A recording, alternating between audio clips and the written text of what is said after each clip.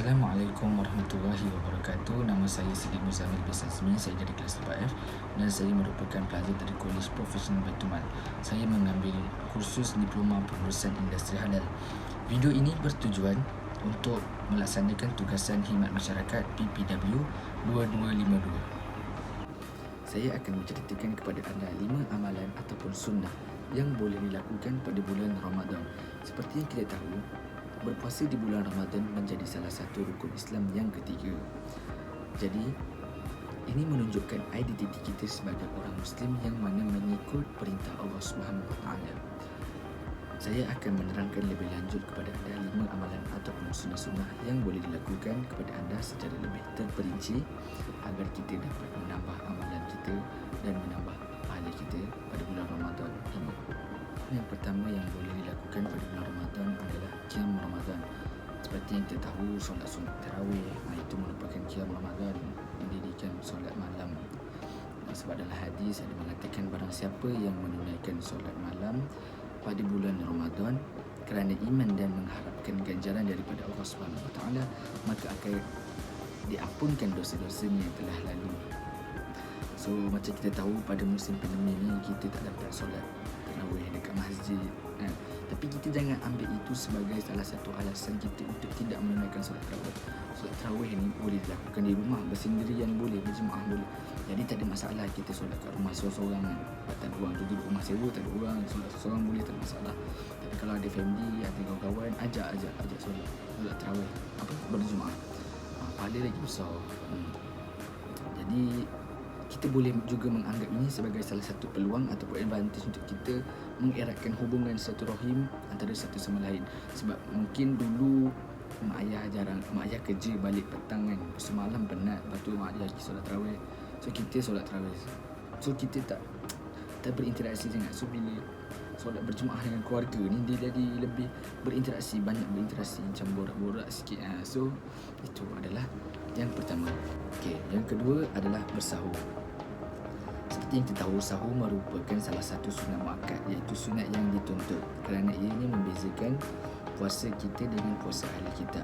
Di dalam hadis riwayat Muslim, Nabi SAW bersabda, yang membezakan puasa kita orang Islam dengan puasa ahli kitab adalah menyantap sahur. So nak tahu beza orang kitab dengan kita orang Islam ni adalah dengan bersahur. Contohlah kan, kita bangun pagi tu dah lambat sangat ni, lagi 5 minit lagi nak azan. Lepas tu dah kabut, tak ada makanan, tu nak masak semua. So kita macam cakap, tak apalah, tak payah sahur. Jangan macam tu, sebab kita kena ingat hadis ni kita dapat pahala bila kita buat, sebab dia sunat muakkad, sunat yang dituntut. So kita sahur je, tak kisahlah mestilah ada air yang kat rumah, so minum je air, tak kisah. Tapi yang lagi afdal adalah makan buah kurma. Kalau ada kurma, makan je kurma ke tamar, tak kisah. Sebab dalam hadis riwayat Abu Daud mengatakan senikmat-nikmat sahur bagi orang mukmin adalah dengan memakan tamar. Ni Nabi yang sabda ni dalam hadis riwayat Abu Daud. Yang ketiga pula adalah menyegerakan berbuka. Selepas seharian berpuasa, umat Islam digalakkan untuk segera berbuka. Bila berbuka ni tak kisah kita nak makan nasi satu pinggan pun boleh, asalkan kita berbuka dulu lah. Tapi disunahkan kita makan makanan manis seperti kurma, iaitu kurma basah, ataupun lebih dikenali sebagai rotok, ataupun boleh juga digantikan dengan segelas air masak ataupun makanan dan minuman manis yang lainnya. Saya tak ada masalah, janji kita segerakan dulu. Contohlah, saya bagi satu apa yang kata suasana lain, macam kawan kita ni dia nak solat dulu, sebab dia cakap kalau aku berbuka nanti aku makan banyak, so aku rasa biar aku solat dulu, so nanti aku cukup berat lah bila dah makan ni kan. So kita cakap dia, tak apa, janganlah buka makan nasi sepinggan terus, makanlah kurma ke minum air sebiji. Janji kita segerakan berbuka, lepas tu pergilah solat. Itu yang ketiga. Yang keempat pula adalah menahan diri daripada berkata perkara-perkara yang tidak berfaedah. Bulan puasa ni bukan sahaja untuk menahan diri daripada lapar dan dahaga saja, tetapi ianya juga untuk menahan diri kita daripada melakukan dosa-dosa kecil seperti mencarut, berbohong, bercakap, mantap cakap bekerja ni satu hari tu. So kita tahan diri kita gantikan dengan kita gantikan dengan berzikir, berselawat, baca Quran. Kita ganti benda tu supaya kita dapat pahala.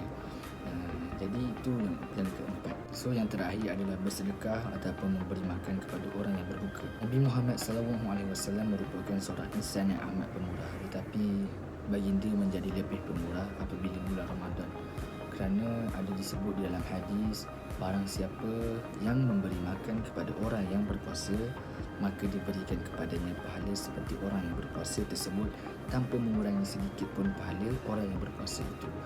Jadi kita dapat tengok banyak individu ataupun NGO yang diorang memberi iftar, makanan iftar kepada orang yang berpuasa dekat masjid ataupun gelandangan diorang bagi. So kita ni janganlah tengok je diorang buat, kita pun nak pahala juga. So kita buat juga benda macam ni. Belanja, at least macam kita tak mampu nak bagi dekat orang masjid sebab ramai. So kita belanja kawan kita, contoh kita keluar pergi iftar sama-sama, kita belanja kawan kita pun dah cukup dah dapat dah pahala dia. So tak ada masalah. Jadi itu sahaja dari saya.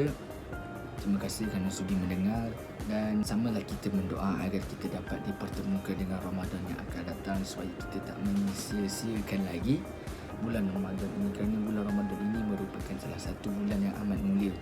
Jadi bersama-samalah kita berdoa. Itu saja daripada saya. Yang baik itu datang daripada Allah, dan yang buruk itu datang daripada diri saya sendiri. Wabillahi taufiq wal hidayah. Assalamualaikum warahmatullahi taala wabarakatuh.